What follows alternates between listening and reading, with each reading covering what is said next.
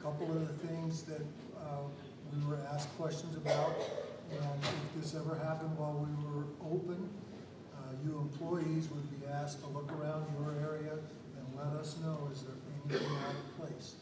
And we have to have employees that help with the search, because we're the ones that know what belongs here and what doesn't belong here. The police department and the sheriff's office is not, they don't have the manpower, first of all, to conduct that search by themselves, and they have no idea what belongs here and what doesn't belong here. So they have to rely on employees to help with that. So that first call was extremely hectic. The first employee that came in was trying to lock the building down while answering the phone call, one right after another. Is this real? I just got a text message. Is this, please trust me. If you get those text messages, believe them, okay? Because seriously, it took him way longer to lock these buildings back down again than was necessary. So please just trust those text messages. We don't use that system for bake sales or anything like that. It's an emergency notification system. So please trust it. The second one of the questions that came up, the call about the possible shooting in Building 9. One of the questions I got asked the most was, why did we only close Building 9 and why didn't we close the whole campus? And the answer to that is, first of all, we had information that not everybody had, because we knew exactly what the call consisted of. We met with the sheriff's office, and in consultation with the sheriff's office, came up with a plan of action. And we have to remember, first and foremost, we're here to educate people. That's what this college is all about. And so we have to do the best we can at keeping our doors open. That particular day, we had 6 deputies here and 6 public safety officers. It was the worst day of the year for somebody to do something here, because we did make an educated judgment to close just that one building and move people out of there. And sometimes in dealing with these situations, if somebody has a plan and you put something in place that causes them to go offline for a minute, they oftentimes change those plans. So we made an educated judgment based on information that we had and in consultation with the sheriff's office, and I think it was the right decision. And, I have to ask you at times to trust me to have your safety is the most important thing to me. That's what I do here. That's my job, is to make sure that this is a safe place for you folks to come to school and for you folks to do your job. And so I would never, ever put you in danger intentionally. Then the other situations that we had the bomb call the other night, came in before 5 o'clock, and we made the decision. Again, it was non-specific about what portion of Chemeketa was supposed to be affected. We ended up closing all of our campuses again, and to be safe. And that's the track we'll take. Is your safety is number one for us. Well, first off, I'd like to thank everyone up here and everyone involved in ensuring that the students and staff and community members here at Chemeketa are safe. We know this is very tough to deal with, and it's a very hard situation to deal with, and knowing that our safety is in your mind makes it a little bit easier to come to school after each bomb threat happens. At first, I guess from my perspective, when you hear about, oh, classes are canceled for a day, it's like, oh yeah, classes are canceled, great. But then then the fear sets in, and then you start becoming afraid and worried to come to school each and every day. And then when you get the next threat of a shooting the second time, you start to get more worried. And then the excitement turns into fear, and then I guess it starts stressing the students out with school. They start focusing less on their schoolwork. Missed tests begin to pile up on top of each other. And and then it's you're afraid not only if the something's going to happen at the school, but if your classes are going to get canceled again. So yeah, I guess that kind of sums up from my perspective what the consensus I've gotten. I'm only speaking for myself and some of the students I've spoken to. So okay, that's something I'd definitely like to make note of. First of all, I do appreciate likewise everyone's help keeping us safe. My wife and I both are instructors here at the college. My personal capacity is I teach personal safety training, and I think it's important that people recognize that we have resources here specifically for this kind of thing. My class is being a prime example. But in cases like this, we do need to take this kind of stuff very seriously. I personally trained with the Virginia Tech SWAT team after their shooting. We trained in 2007. And so when we're talking about this particular kind of situation, I think what's really most important is people become empowered again, and that we work on restoring morale and confidence. It's great that you guys are doing all this to protect us, but unless the people themselves feel like they have some kind of security and control over themselves and their situation, fear is going to continue. And I just talked about the students feel afraid. Well, it's not necessary. We don't necessarily have to feel afraid. The courses that we offer here are not things like karate classes. I'm talking about operational security programs that focus on active scanning and threat recognition, setting personal perimeters, de-escalating conflicts, countermeasures, of course, if necessary, but tactically disengaging from bad scenes, aid in evacuation, post-conflict, interacting with law enforcement and such. So I would just like people to know that we have this resource right here, right now, which will help our current situation. Thanks. Is Tim Stebbins. I'm the editor of the paper here, but today I come as a student. I have a question. In a couple of weeks, we're going to have final week coming up.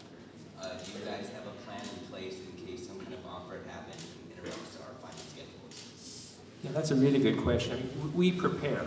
I'll just speak generically, and then perhaps someone else can pick up the particulars. We prepare for emergencies, and we practice these preparations for emergencies. And sometimes we have, unexpected drills like these false alarms and hoaxes that gives us another chance to practice. And then we assess and we learn and we move on. God forbid if something happened during finals week. I'm not aware of specific plans for that incident, but I know we have plans in place in general to respond to emergencies. Do you have anything about finals?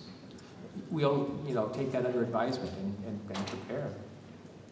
I should say we're noting the questions, and when we don't have great answers, like the one I just gave, we'll have a record of that and use that for our own learning and be better prepared because you asked the question.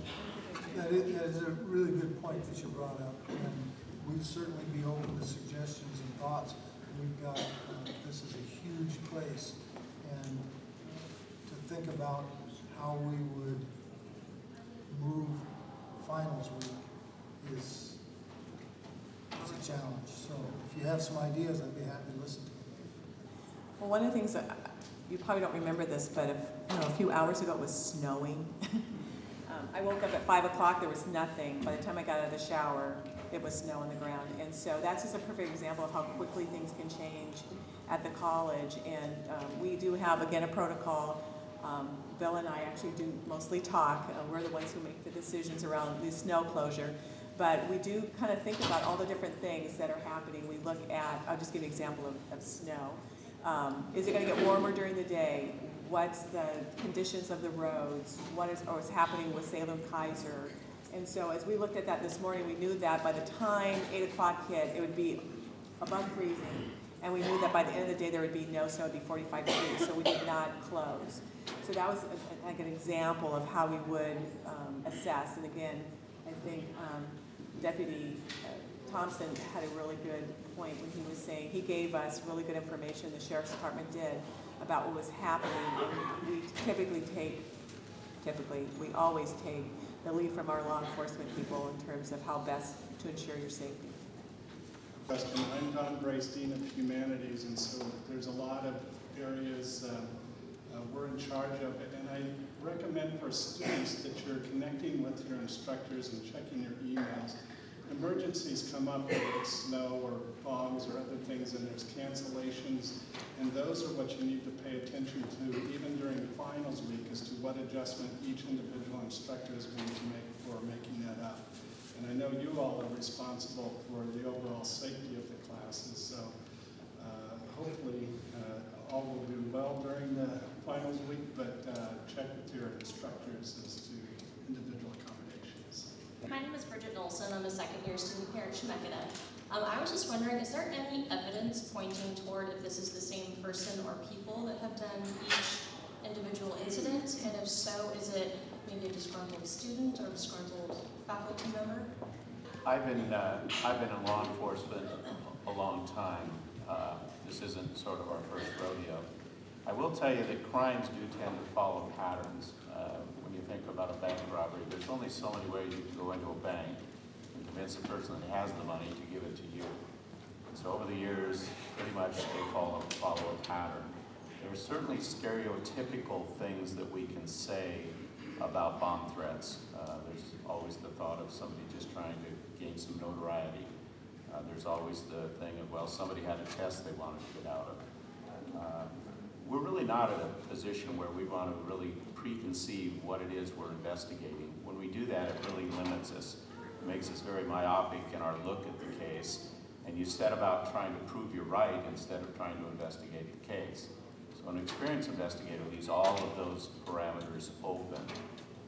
So at this point, what do we know? We know we had 2 calls made by a female out of the 3 calls, and 1 was made by a male.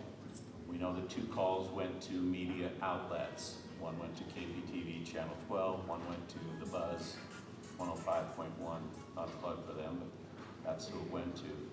The male call went not to a media outlet in Portland, but to the schools. So there was kind of a separation of how these were committed. And certainly the investigators look at that and they consider that. But again, you never want to stop and say, this is what we're looking for. We're looking for a male this age or a female that age, and they're probably disgruntled. I mean, we're not going to do a psychological profile on this at this point. It doesn't merit that. But I can assure you that you've got a number of years of very experienced detectives looking at these investigations. And as Bill indicated, there's a lot of things behind the scenes that are going on that quite bluntly can't be shared with you. If we get to a point where we tell you everything you know, then we have no advantage over the person that we're looking for. So there's some things we just have to kind of hold back.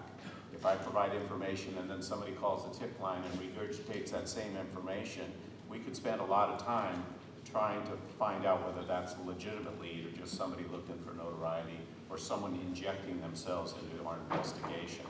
So we have certain things we just don't talk about at this point and probably won't for some time. So once again, Bill made the comment, I want to say reinforce the trust in your system, your notification system. Assume when you get that this is not a drill. Act accordingly.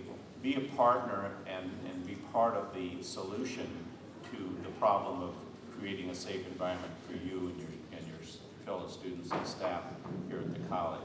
There's only 12 of us here on that day. We could not possibly protect every one of you. So you've got to be kind of a cooperative partner here in helping us.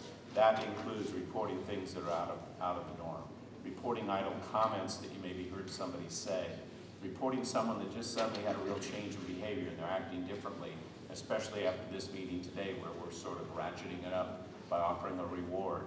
You know, you can play Columbo if you want. Give us a call. Let us sort out the details, and hopefully we can get to the bottom of this and make this whole environment feel safe and secure again so you can focus on your education and we can get back to investigating other crimes.